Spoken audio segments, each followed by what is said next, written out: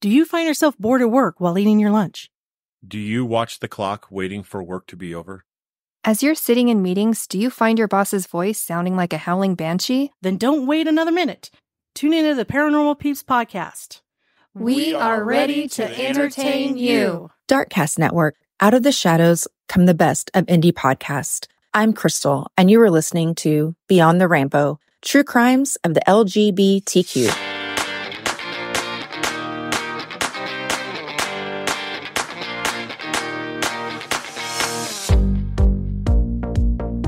Hey, if you're hearing this, you're probably a repeat offender of listening to this show, so I don't have to issue any content warnings.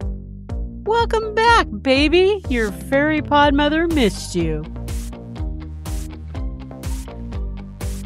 Hey there, Rainbow Warriors, it's me, your host CJ, and I would love to see you in Denver, July 12th through the 14th for the True Crime Paranormal Festival. So many great podcasts are slated to be there.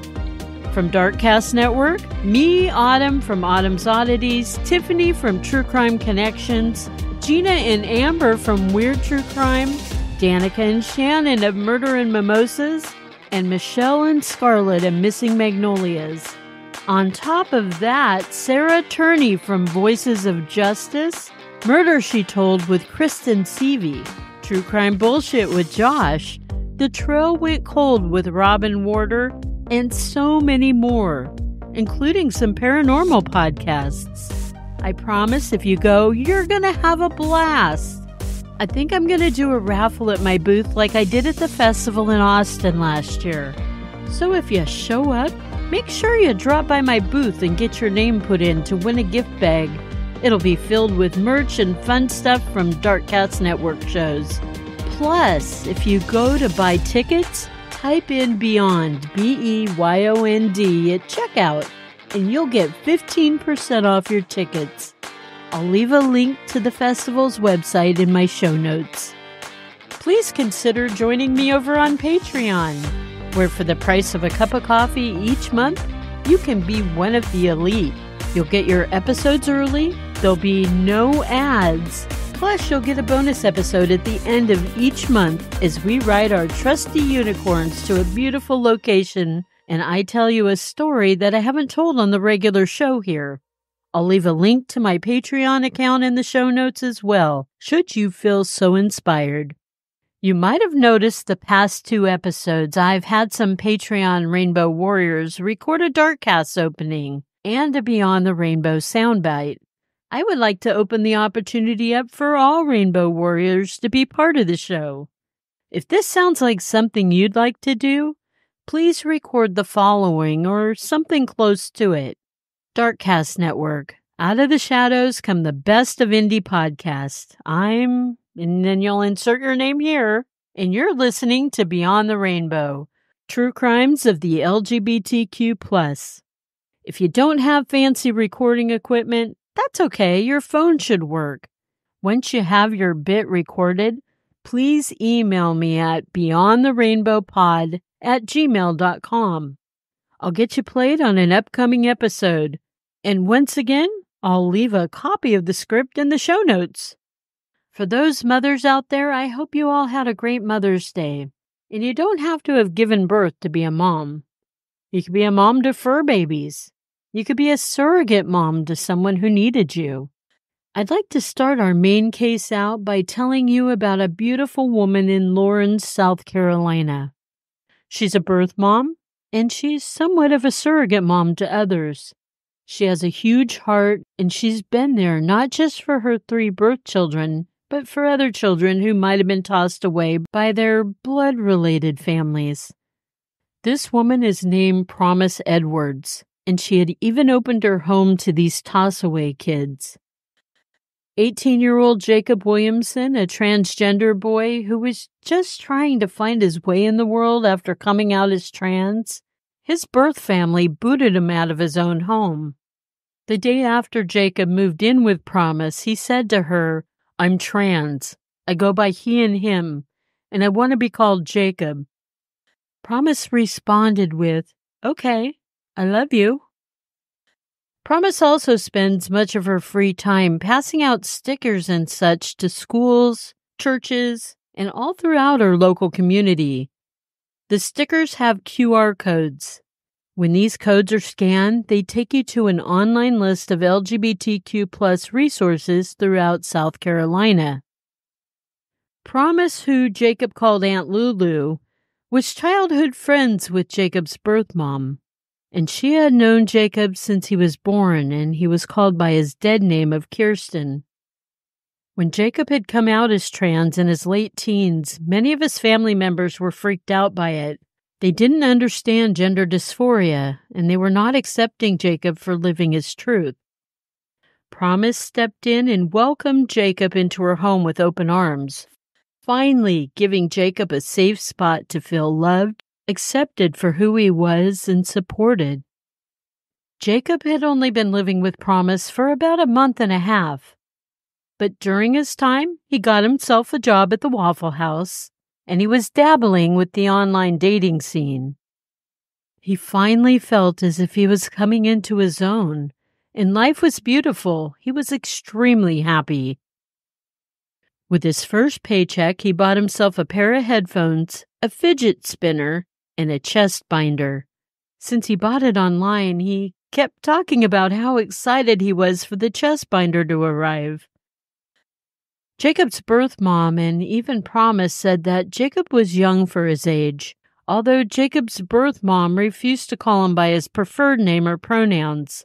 But the two women did agree that Jacob was more like a 14-year-old than an 18-year-old. He slept with a stuffed owl that he absolutely loved. He'd belt out singing Christmas carols in the middle of summer. And he'd much rather play in a mud puddle with younger kids than sit on a porch having conversations with adults. Jacob loved to draw. He loved playing video games and watching anime. He chose his name from the werewolf character Jacob in the Twilight movies. Jacob was super friendly, and he'd make people notice him and talk to him. Although Jacob was in the process of transitioning from his assigned gender at birth, he was still attracted to men. And I'd like to interject something here. Years ago, when I first came out, I'd met several people who were trans, and they were attracted to the same gender that they were transitioning to. And I just didn't get it. I thought, damn, you're born a woman. You're transitioning to be a man, and yet you're attracted to men. Why not just remain a woman and save yourself the heartache of shit that society's going to put you through? I didn't understand that gender identity and sexual identity are two entirely different things. It became a good wake-up call for me much later in life when I learned the difference between gender and sexual identities. And you guys, I swear, I know I say this a lot, but doing this podcast has taught me so much. And it's really opened my mind incredibly to all kinds of things I just didn't understand before. I think it's because before, I hadn't bothered to educate myself on topics I didn't know about at the time. The past 5 years have been truly eye-opening in a good way. I share that with you in hopes that maybe some of you have taken the same journey with me. I don't know. Maybe you were already woke while I was sitting in a corner sleeping. So as I was saying, Jacob was in the process of transitioning into a man, and he was attracted to men. On a social media site, he'd been talking to and getting to know a man that he was starting to have feelings for. The two would even have hours-long conversations over the phone. They started to chat on gaming sites and playing video games remotely together. The man is 25-year-old Joshua Newton. He lived in Monroe, North Carolina, which was about a 2-hour drive from Jacob. One of their conversations was about an amusement park that straddles the border of North and South Carolina. It's called Carowinds. Joshua was completely shocked that Jacob had never been to this amusement park before. Joshua and Jacob made plans to go together for a fun-filled day of thrilling rides and getting to know each other even better. June 30th, 2023, Joshua drove to Lawrence, South Carolina to pick Jacob up for their date to Carowinds, and then they had planned a sleepover at Joshua's house afterwards. Jacob couldn't be more excited. It was his very first date ever. His surrogate mom, Promise, had an eerie feeling about Jacob's date. She told Jacob that she wasn't really comfortable with him going.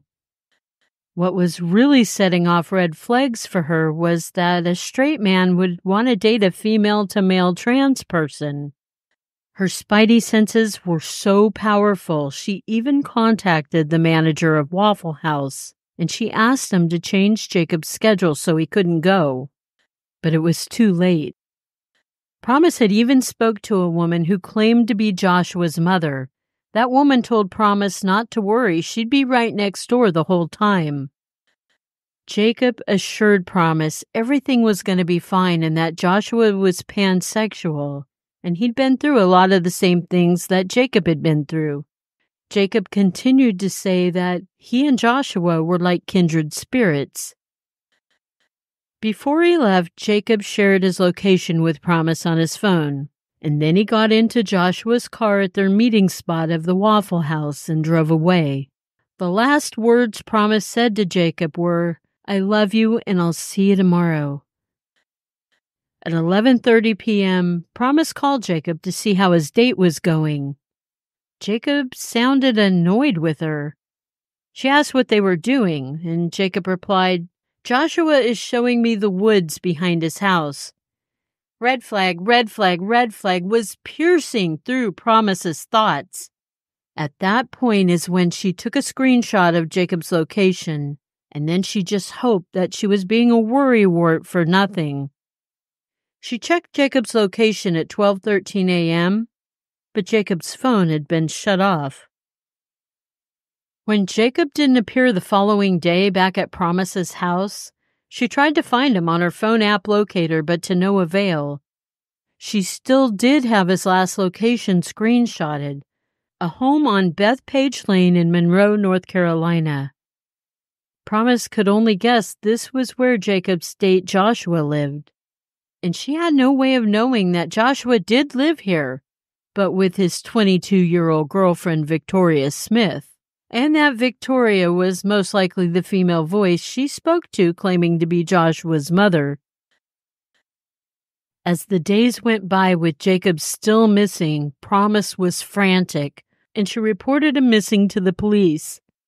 Promise was able to provide Jacob's last known location at Joshua's home and what Joshua drove, a green Saturn. She began distributing flyers between Lawrence, South Carolina, and Monroe, North Carolina. With the two towns being over 100 miles apart, Jacob could be anywhere. Promise couldn't sleep, eat, and she didn't even brush her teeth for the next several days. She just continually prayed for his safety.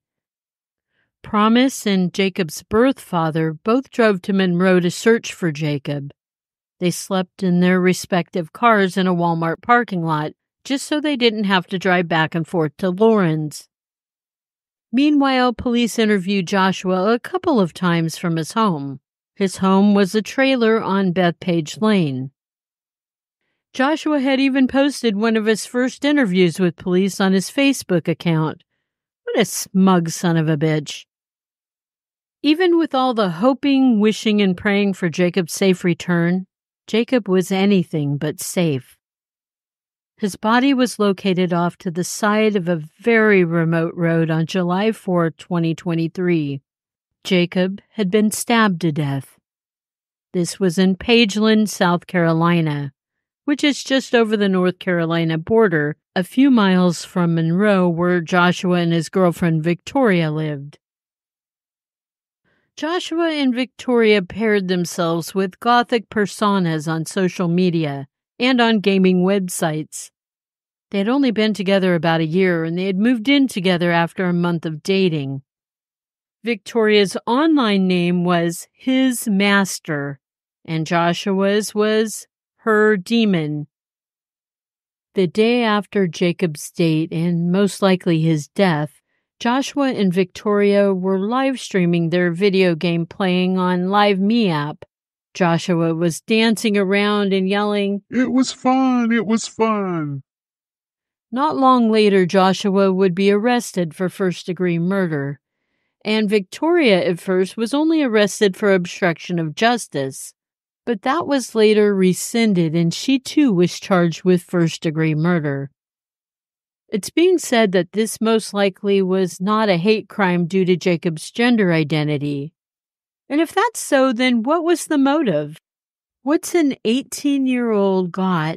An 18-year-old that was booted out of their home and had nothing but the clothes on their back and just got a job at Waffle House. What do they have that's really of value to kill him over?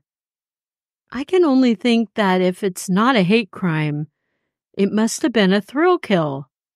And if Joshua enjoyed it that much, just think how many other victims that the two of them could have taken if they hadn't been caught. No trial date has been set yet that we know of. It should be soon, though, since this all happened 10 months ago. I hope to God these evil shits get the maximum sentence allowed. Rest in power, Jacob. Our True Crime Quickie this episode comes to us from Texas, although the victim was living in Arizona. This is another one of those horrific crimes like that of Jacob Williamson that makes absolutely no sense as to why it had to happen.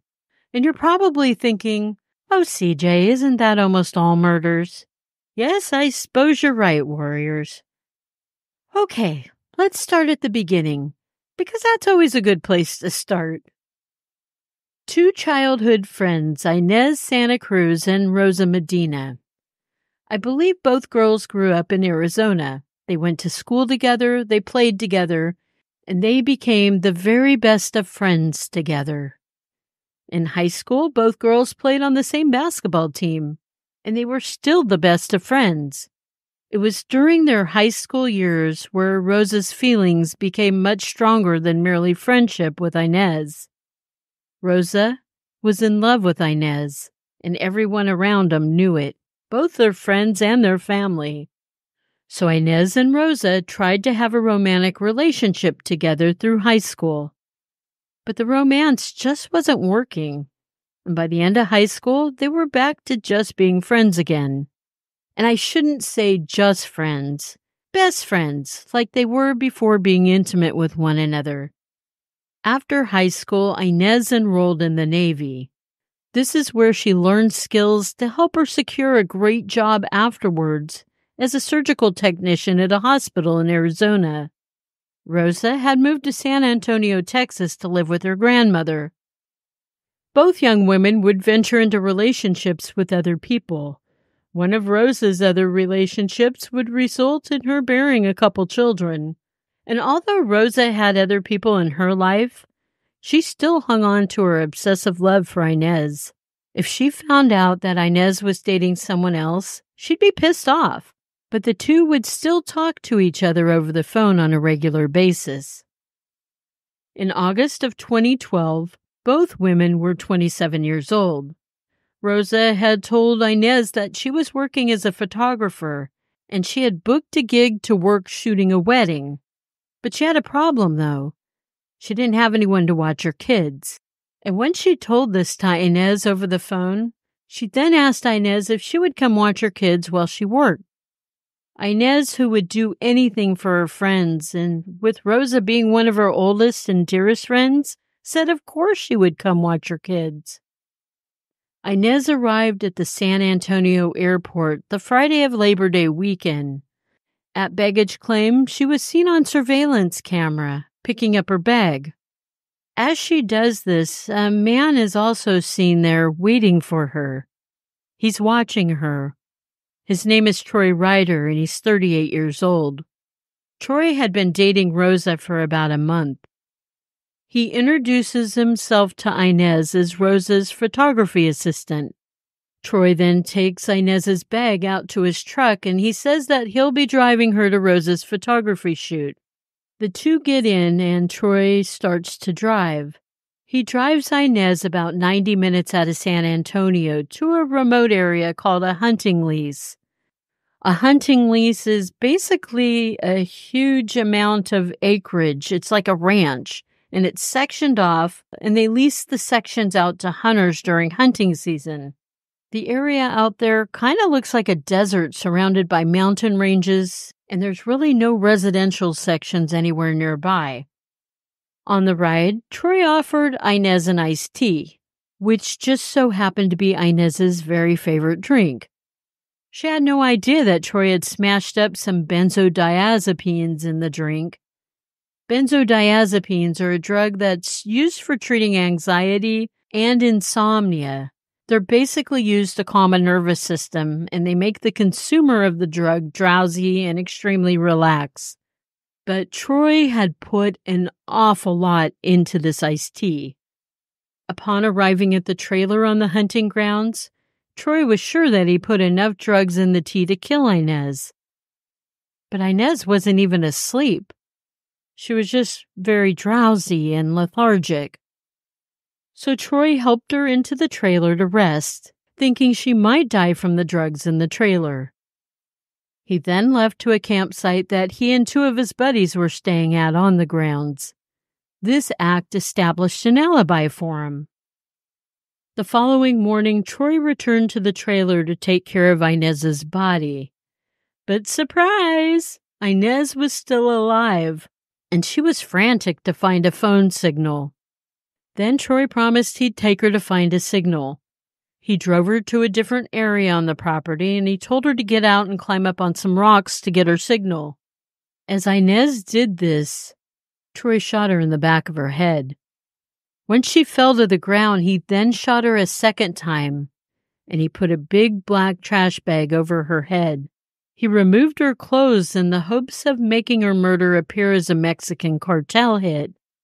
He laid her aside the road on some rocks, and he left before his buddies could see what he was doing. On September 2nd, Troy's buddies came upon Inez's body as they were out hunting. They immediately returned to the camp, and one of them phoned 911. The dispatcher sent the Edwards County Sheriff and the Texas Rangers out to the location. Law enforcement met all three men, Troy included, at their campsite, and they had the men lead him to the body. Once the police were on the scene, they had the three hunters return to their camp, and they told them to wait there until they completed their investigation because they wanted to interview the men. After initially believing the murder of their Jane Doe was a cartel hit, just what Troy wanted them to believe, within a week, police were able to identify their deceased body. They learned that the woman was Inez Santa Cruz of Arizona.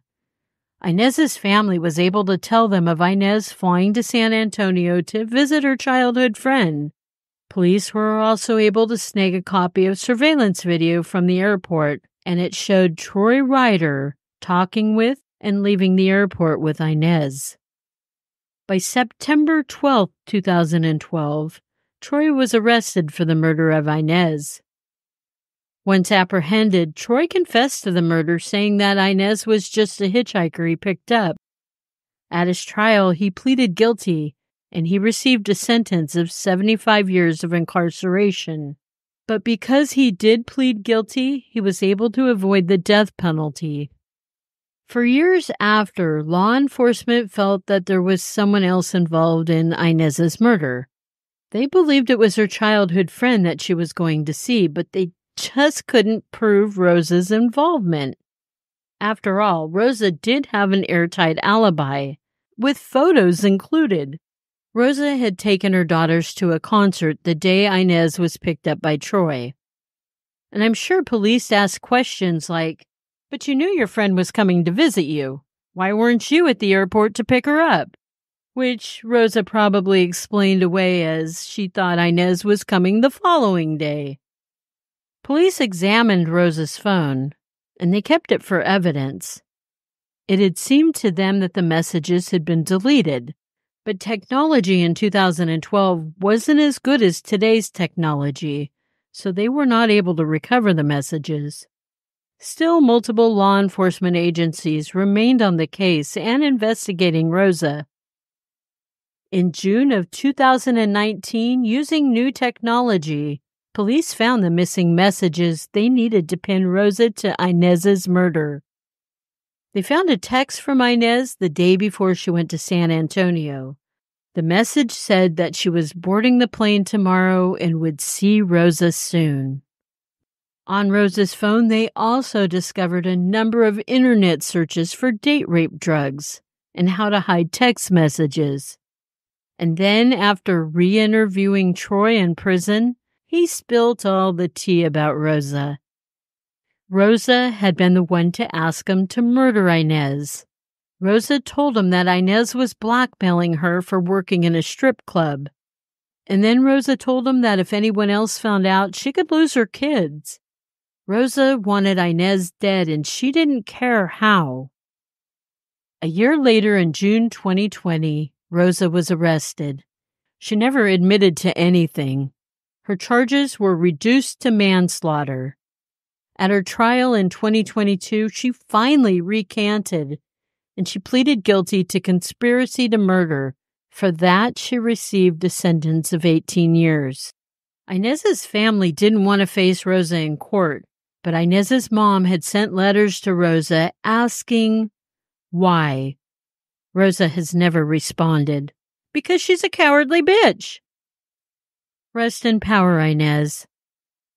Remember, if you'd like to do an intro recording, I'll leave a script for you in the show notes as well as my email address. Love you, Rainbow Warriors. You matter. It's not a crime to live your truth. Unless you're a murderer.